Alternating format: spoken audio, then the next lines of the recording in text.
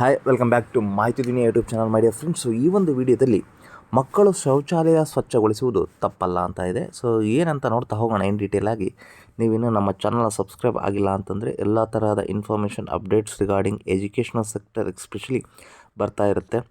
So ಅದು degree ಆಗಿರಬಹುದು ಅಥವಾ ಇಂಜಿನಿಯರಿಂಗ್ ಕಾಲೇಜಸ್ ಆಗಿರಬಹುದು, ಎಸ್ಪೆಷಲಿ VTU ಆಗಿರಬಹುದು, ಅಥವಾ ಏನೋ ಶಿಕ್ಷಕರ ನೇಮಕಾತಿ ಬಗ್ಗೆ ಇರಬಹುದು. ಸೊ ನಿಮಗೆಲ್ಲ ಅಪ್ಡೇಟ್ಸ್ ಸಿಗುತ್ತೆ ಅಂತ ಹೇಳ್ತಾ ಮುಂದೆ ನೋಡೋಣ. ಸೊ ಇತ್ತೀಚಿನ ದಿನಗಳಲ್ಲಿ ಇದ್ರ ಬಗ್ಗೆ ನಾವು ತುಂಬ ಕೇಳ್ತಾ ಇದ್ದೀವಿ. ಶಾಲೆಗಳಲ್ಲಿ ಮಕ್ಕಳು ಶುಚಿತ್ವವನ್ನು ಏನು ಟಾಯ್ಲೆಟ್ ಕ್ಲೀನ್ ಮಾಡಿಸೋದಾಗಿರಬಹುದು, ಅದೆಲ್ಲ ಬಹಳ ಇಶ್ಯೂ ಆಗಿದೆ.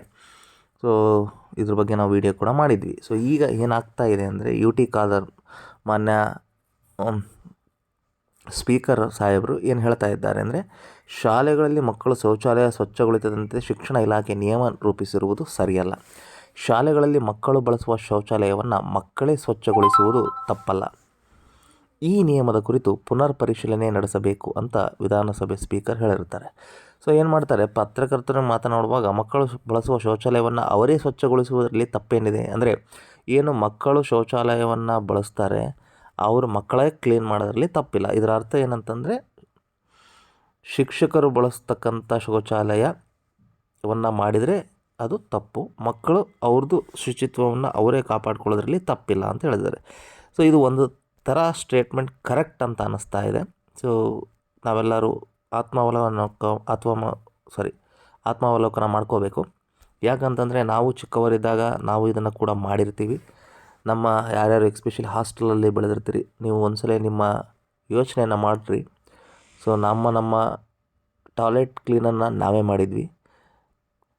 ಓಕೆ, ಸೊ ಅದು ನಾವು ಈವನ್ ಪ್ರೈವೇಟ್ ಹಾಸ್ಟೆಲ್ ಅಥವಾ ಪ್ರೈವೇಟ್ ಸ್ಕೂಲಲ್ಲಿ ಓದಿದರೂ ಕೂಡ ಅದನ್ನು ದುಡ್ಡು ಕೊಟ್ಟು ನಾವು ಸೇರಿದರೂ ಕೂಡ ನಾವೇ ಮಾಡಿರ್ತೀವಿ ಅಂಥದ್ರಲ್ಲಿ.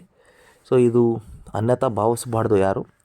ಸೊ ಇದು ಶುಚಿತ್ವದ ಬಗ್ಗೆ ಇರುತ್ತೆ, ಶೌಚಾಲಯದ ಬಗ್ಗೆ ಇರುತ್ತೆ. ಹಾಗಾಗಿ ಶಾಲಾ ಶಿಕ್ಷಕರು SDMC ಅವರು ಸ್ವಚ್ಛ ಮಾಡಬೇಕಾ ಅನ್ನೋದು ಕ್ವಶನ್. ಮಕ್ಕಳಿಗೆ ಸ್ವಚ್ಛತೆಯ ಪಾಠ ಸಿಗುವುದು ಯಾವಾಗ ಹಾಗಾದರೆ ಅಂತ ಪ್ರಶ್ನಿಸಿದ ಅವರು, SDMC ಅವರು ಸ್ವಚ್ಛತೆಗೆ ಬೇಕಾದ ಪರಿಕರಗಳನ್ನು ಒದಗಿಸಬೇಕು. ಶಾಲೆಗಳಲ್ಲಿ ಸಿಬ್ಬಂದಿ ಕೊರತೆ ಮತ್ತಿತರ ಹಲವು ಸಮಸ್ಯೆಗಳಿರುವಾಗ ಶೌಚಾಲಯ ಸ್ವಚ್ಛತೆಯ ಜವಾಬ್ದಾರಿಯನ್ನು ಶಿಕ್ಷಕರಿಗೆ ನೀಡಿದರೆ ಪಾಠ ಪ್ರವಚನಗಳ ಮೇಲೆ ದುಷ್ಪರಿಣಾಮ ಬೀರಲಿದೆ, ಹೊಸ ಸಾಮಾಜಿಕ ಸಮಸ್ಯೆ ಸೃಷ್ಟಿಯಾಗಲಿದೆ ಅಂತ ಹೇಳ್ತಿದ್ದಾರೆ. ಸೊ ಸ್ವಚ್ಛತೆಯ ಜವಾಬ್ದಾರಿ ಇಲ್ದಂಗೆ ಆಗುತ್ತೆ, ಯಾರೋ ಮಾಡ್ತಾರೆ ಬಿಡು ಅನ್ನೋದು ಮಕ್ಕಳು. ಸೊ ಮೊದಲೇಗೆ ಹೊಡೆಯೋಂಗಿಲ್ಲ, ಅದನ್ನು ರೂಲು ನಾವೆಲ್ಲ ಚಿಕ್ಕವರಿದ್ದಾಗ ಹೊಡ್ಸ್ಕೊಂಡು ಈ ಸ್ಟೇಜಲ್ಲಿ ಇದ್ದೀವಿ ಈಗ. ಸೊ ಅದು ಈಗ ಹೊಡೆಯೋವಾಗಿಲ್ಲ. ಸೊ ಈ ಥರ ಶುಚಿತ್ವದ ಬಗ್ಗೆ ಗಮನ ಇಲ್ಲ.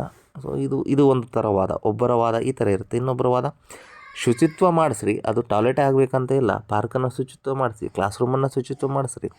ಓಕೆ, ಸೊ ಅವರ ಬಗ್ಗೆ ಅವರಿಗೆ ಶುಚಿಯಾಗಿಡೋಕ್ಕೆ ಹೇಳ್ರಿ. ಸೊ ಈ ಥರ ಎಲ್ಲ ವಾದಗಳು ಇದ್ದಾವೆ. ಏನೇ ಆಗಲಿ ಒಬ್ಬೊಬ್ಬರ ಅಭಿಪ್ರಾಯ ಒಂದೊಂದಾಗಿರುತ್ತೆ. ಎಲ್ಲರ ಅಭಿಪ್ರಾಯಕ್ಕೆ ನಾವು ಗೌರವ ಕೊಡ್ತಾ ನೋಡೋಣ ಏನೆಲ್ಲ ಬೆಳವಣಿಗೆಗಳು ಆಗ್ತವೆ. ಸರ್ಕಾರಗಳು ಅನುದಾನವನ್ನು ಬಿಡುಗಡೆ ಮಾಡಿವೆ ಇದರ ಬಗ್ಗೆ. ಓಕೆ, ಸೊ ಇಷ್ಟರ ಮಟ್ಟಿಗೂ ಶೌಚಾಲಯದ ಬಗ್ಗೆ ಕಾನ್ಸಂಟ್ರೇಟ್ ಮಾಡ್ತಾರೆ ಬರುವ ದಿನಗಳಲ್ಲಿ ಅಂತ ಹೇಳ್ತಾ ಮಾಹಿತಿಯನ್ನು ಮುಗಿಸಿ ಮತ್ತೊಂದು ವಿಡಿಯೋ ಸಿಗ್ತೀನಿ. ಅಲ್ಲಿ ಟೇಕ್ ಕೇರ್, ಧನ್ಯವಾದಗಳು. Stay tune to Mahiti YouTube channel. Click on the bell icon for latest notifications. Thank you.